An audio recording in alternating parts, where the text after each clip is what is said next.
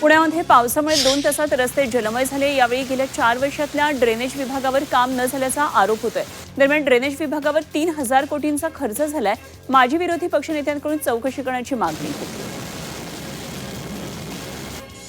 पुणे शहरात पुढचे 2 दिवस हलक्या पावसाची शक्यता वर्तवण्यात आली आहे। दुपारनंतर ढगाळ वातावरण पाहायला मिळेल आणि काल दिवसभर हवामान कोरडं पाहायला मिळालं।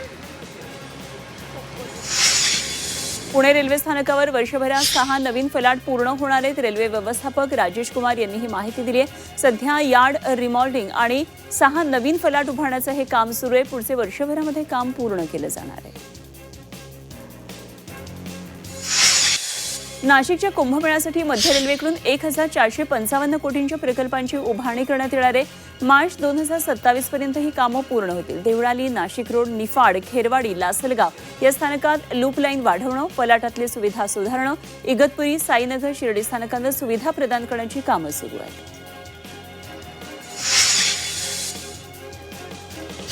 नाशिक शहरामध्ये आज आणि उद्या पाणीपुरवठा बंद असणार आहे। सिंहस्थासाठी शहरातल्या सर्व विभागात विविध कामं करण्यात येत आहेत। त्यामुळे पाणीपुरवठा बंद राहणार आहे आणि सोमवारी कमी दाबानं पाणीपुरवठा होण्याची शक्यता आहे।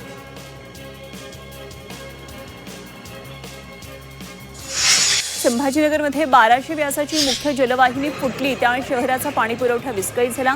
पैठण रोडवरच्या चितेगाव परिसरामध्ये जलवाहिनी फुटली, त्यामुळे रस्त्यावर पाणीच पाणी झालं। याचा परिणाम शहरातल्या काही भागातल्या पाणीपुरवठ्यावर होणार आहे।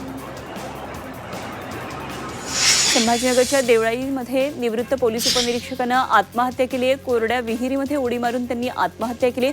अग्निशमन दलाच्या पथकानं त्यांना बाहेर काढून घाटीमध्ये दाखल केलं असता डॉक्टरांनी त्यांना तपासून मृत घोषित केलं।